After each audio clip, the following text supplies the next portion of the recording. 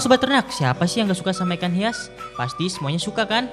Nah, kali ini saya mau berbagi info nih tentang 8 ikan hias yang cantik dan dapat dibudidayakan di rumah. Ayo, penasaran kan? Tapi sebelum lanjut jangan lupa klik tombol subscribe dulu ya sob, agar channel ini dapat berkembang dan memberikan manfaat untuk orang banyak. Nah, yang pertama ada ikan gapi. Ikan dengan nama latin Poecillia reticulata ini mempunyai lekukan serta warna yang sangat cantik pada tubuhnya. Ikan mungil satu ini juga memiliki banyak sekali jenis loh sob. Ada ikan gapi albino full red, ikan gapi bluegrass, ikan gapi black Moscow, ikan gapi HB white, ikan gapi king koi, dan masih banyak lagi jenis ikan gapi lainnya. Nah, untuk membudidayakan ikan satu ini terbilang cukup mudah dan bisa kalian lakukan di rumah. Caranya, cukup memilih ikan gapi yang sudah dewasa atau sudah berusia sekitar 5 bulanan. Untuk membedakan jantan dan betinanya dapat dilihat dari bentuk tubuh dan ekornya. Untuk jantan, biasanya didominasi oleh tubuh yang lebih ramping dan ekor yang cenderung lebar. Sementara untuk betina biasanya badannya gendut dan ekor yang tidak terlalu lebar. Setelah itu, kalian cukup menaruh pasangan ikan gapi tersebut dalam sebuah wadah dan tunggu hingga gapi betina tersebut melahirkan.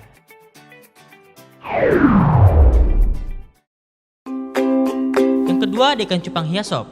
Ikan yang juga dikenal dengan nama biota SP ini mempunyai berbagai macam jenis dan tidak kalah cantik dengan ikan hias lainnya.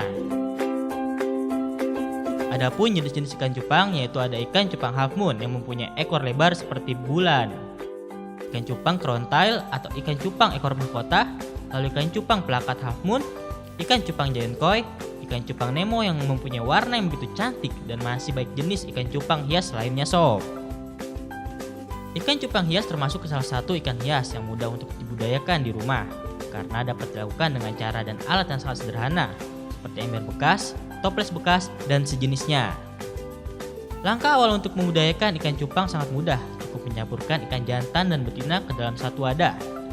Untuk jenis cupang hias sendiri, mereka berkembang biak dengan cara membangun sarang telurnya dengan busa di permukaan air. Busa tersebut berguna untuk menaruh telur yang nantinya akan dikeluarkan oleh sang betina. Yang ketiga ada ikan neon tetra atau ikan dengan nama latin Paracherodon inesi. Ikan neon tetra merupakan ikan asli dari sungai Amazon yang berada di Amerika Latin. Ikan yang satu ini sangat cocok apabila ditaruh untuk aquascape karena ikan mungil yang satu ini mempunyai warna yang mengkilap apabila terkena cahaya lampu. Selain karena keindahannya, ikan ini juga banyak diminati untuk dijadikan komoditi ekspor sebagai bahan baku untuk pembuatan make up. Proses pengawinan dan pemijahan hingga pembesaran yang tergolong cepat membuat budaya ikan yang satu ini sangat cocok untuk dibudidayakan di rumah. Hal pertama yang harus dilakukan adalah memilih indukan jantan dan betina. Untuk indukan jantan biasanya mempunyai garis lurus di tubuhnya, sementara untuk betina garis di tubuhnya cenderung agak bengkok.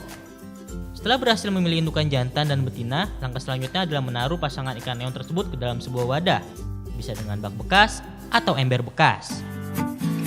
Jangan lupa tambahkan tanaman air ke dalam wadah tersebut. Tanaman ini berfungsi untuk tempat berlindung dari telur ikan neon. Langkah selanjutnya adalah menutup wadah tersebut selama 3 hari, karena ikan neon hanya akan kawin di tempat yang gelap sob. Hehe, udah kayak manusia ya. Biasanya ikan neon akan bertelur setelah 2 hari dikawinkan. Nah, setelah bertelur pisahkan indukan dengan telur ke tempat yang berbeda. Jangan lupa tutup kembali wadah yang berisi telur. Hal ini bertujuan agar telur dapat menetas dengan sempurna. Setelah melahirkan, budak neon tidak perlu diberi makan selama 4 hari karena ikan masih membawa nutrisi dari telurnya. Setelah 4 hari baru ikan neon dapat diberi pakan rotivera.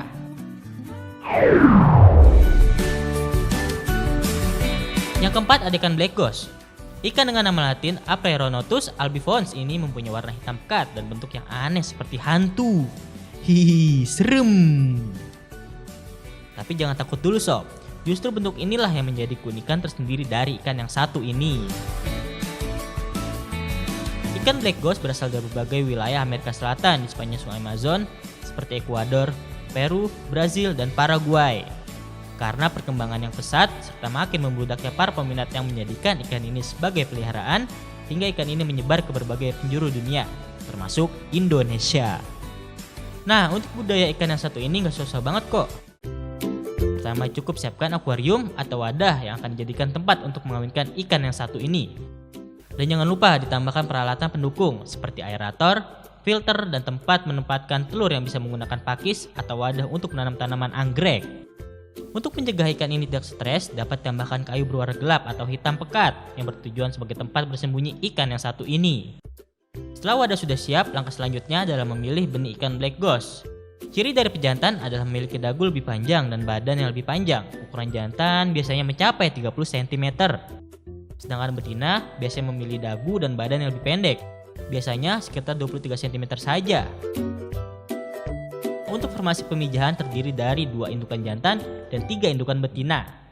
Setelah dikawinkan, tinggal tunggu deh hingga ikan tersebut mengeluarkan telur yang nantinya akan menempel di pakis. Setelah melihat telur yang menempel, ambil pakis tersebut dan pindahkan ke wadah lain untuk proses penetasan. Setelah itu, tambahkan aerator agar proses penetasan bisa maksimal. Setelah menetas, biarkan larva ikan black ghost selama 4 hari. Setelah itu baru deh beri pakan ikan black ghost dengan Artemia. Nah, sekian dulu ya aja. Yang kelima ada ikan molly. Ikan dengan nama latin Poecilia spenop ini merupakan ikan hias air tawar yang mempunyai warna yang sangat menarik. Ikan ini mempunyai banyak sekali jenis loh sob. Ada molly balon, golden molly, black molly, molly marble, dan masih banyak lagi jenisnya. Untuk membudidayakan ikan yang satu ini juga terbilang sangat mudah. Pertama, kalian harus mempersiapkan kolam yang terbuat dari semen atau terpal. Apabila kalian mempunyai daya terbatas, bisa juga menggunakan ember bekas atau wadah bekas lainnya. Langkah selanjutnya adalah melakukan penyortiran untuk pemilihan bibit ikan molly. Ikan molly yang sudah matang biasanya mempunyai ukuran yang lumayan besar. Hal ini bisa dilihat dari bentuk tubuh dan perutnya. Seperti ini nih. Ini adalah contoh bibit ikan molly yang siap untuk dikawinkan sob. Nah, cara mengawinkannya pun terbilang cukup mudah loh. Ikan molly yang sudah disortir cukup disebar di kolam dengan rasio 1 ekor jantan dan 3 ekor betina. Langkah selanjutnya adalah menjaga pakan dan kebersihan kolam. Biasanya ikan molly akan melahirkan setelah 1-3 minggu mereka dikawinkan. Oh iya, for your information, 1 ekor ikan molly betina dapat melahirkan anak hingga 100 ekor dalam sekali melahirkan. Nah, selanjutnya ada udang hias nih sob. Hewan yang satu ini benar-benar menarik untuk dibudayakan. Pasalnya, udang yang satu ini mempunyai warna yang menarik dan tidak membuat kotor akuarium karena tidak menghasilkan banyak kotoran. Nah, untuk jenisnya sendiri, udang ini dibagi menjadi 2 varietas, ada Caridina dan Neocaridina. Perbedaannya pun terlihat dari segi daya tahan tubuh. Biasanya untuk udang Neocaridina lebih mudah dikembangkan daripada jenis Caridina. Karena jenis ini lebih mudah untuk beradaptasi dengan perubahan suhu yang tiba-tiba. Untuk jenisnya sendiri, udang hias ada banyak sekali jenisnya, seperti red cherry, yellow fire, blue cherry, red lily, red bee, black bee, dan masih banyak lagi jenisnya. Untuk membudayakan udang ini terbilang cukup mudah dan tidak membutuhkan tempat yang begitu luas sob. Nah, langsung aja kita simak yuk caranya. Yang pertama adalah menyiapkan wadah yang akan digunakan untuk membudayakan udangnya. Karena udang ini adalah makhluk yang hidup di dasar air, usahakan untuk permukaan air tidak terlalu tinggi. Selain itu, siapkan juga tempat bersembunyi seperti batu, ranting, tanaman, dan lain sebagainya. Tempat ini berfungsi untuk berlindung udang saat mereka melakukan proses molting atau ganti kulit. Karena biasanya apabila mereka sedang molting, mereka menjadi lemah dan dapat disantap oleh udang lainnya. Oh iya, jangan lupa untuk selalu gunakan air yang bersih dan pH serta suhu yang dingin ya sob. Karena udang jenis ini dapat hidup di suhu 22-26 derajat Celcius.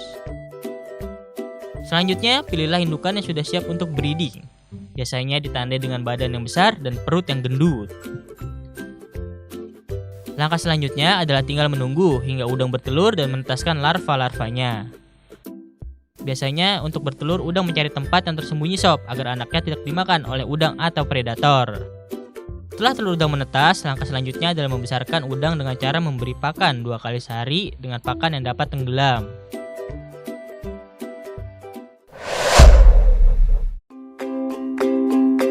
Yang ketujuh ada ikan koki. Ikan dengan nama latin Carassius aurator ini mempunyai tubuh yang sangat menggemaskan. Ada yang bentuknya bulat, matanya besar, bahkan ada yang bentuknya seperti bola bekel. Hehe, lucu banget ya. Untuk jenisnya sendiri, ikan koki juga banyak loh jenisnya, seperti jenis bubble A, ryukin, oranda, pom-pom, dan masih banyak lagi deh pokoknya. Untuk cara membudidayakannya, ikan yang satu ini terbilang mudah dan tidak sulit. Hanya membutuhkan ketekunan dan keseriusan. Untuk langkah yang pertama adalah menyiapkan tempat yang akan digunakan untuk proses pemijahan dari ikan koki ini. Bisa menggunakan akuarium atau wadah lainnya yang ukurannya tidak terlalu kecil. Karena apabila terlalu sempit, ikan akan sulit bergerak dan akan menjadi gampang stres. Oh iya, selain itu jangan lupa untuk menambahkan tumbuhan air seperti eceng gondok atau ijuk yang diikat dengan tali. Hal ini bertujuan agar telur ikan koki dapat menempel di wadah atau tumbuhan air itu. Setelah itu, masukkan ikan koki yang sudah siap di breeding. Formasinya adalah 1 ekor betina dan 2 ekor jantan. Setelah itu, tunggu deh hingga ikan koki tersebut kawin dan menghasilkan telur.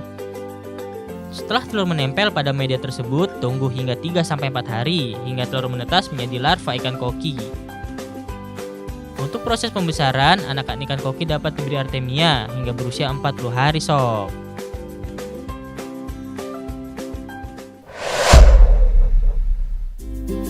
Nah, yang terakhir ada si tukang bersih-bersih nih. Ini dia nih, si ikan Corydoras. Selain untuk membersihkan akuarium, ikan ini juga digemari karena mempunyai bentuk yang unik dan warna yang cantik sob. Untuk jenisnya sendiri, ikan Corydoras termasuk baik sekali jenisnya. Nah, untuk membudidayakan ikan satu ini terbilang cukup mudah dan dapat dilakukan di lahan yang terbatas. Sebagai langkah awal untuk membudidayakan ikan yang satu ini, hal pertama yang harus disiapkan adalah air yang berkualitas. Air yang digunakan biasanya mempunyai pH berkisar antara 7 sampai dengan 7,5. Untuk wadahnya sendiri dapat menggunakan bak bekas ataupun ember bekas yang sudah tak terpakai. Setelah itu baru kita dapat mencampurkan ikan jantan dan betina. Eits, tapi sebelum itu kalian harus mengetahui perbedaan jantan dan betina dari bentuk fisiknya. Untuk betina biasanya mempunyai sirip lebih lancip, sedangkan jantan sedikit lebih tumpul. Selain itu, untuk ukuran tubuh juga lebih besar pada indukan betina dibanding dari indukan jantan. Sementara, untuk ikan jantan bentuk tubuhnya lebih mirip seperti torpedo dan bagian belakang insangnya meruncing hingga ke ekor.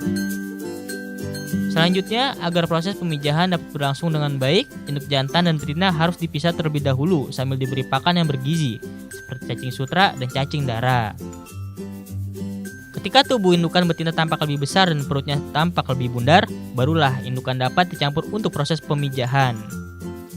Proses perkawinan dapat dilakukan secara massal, yaitu dengan menggunakan rasio 1 jantan dan 2 betina.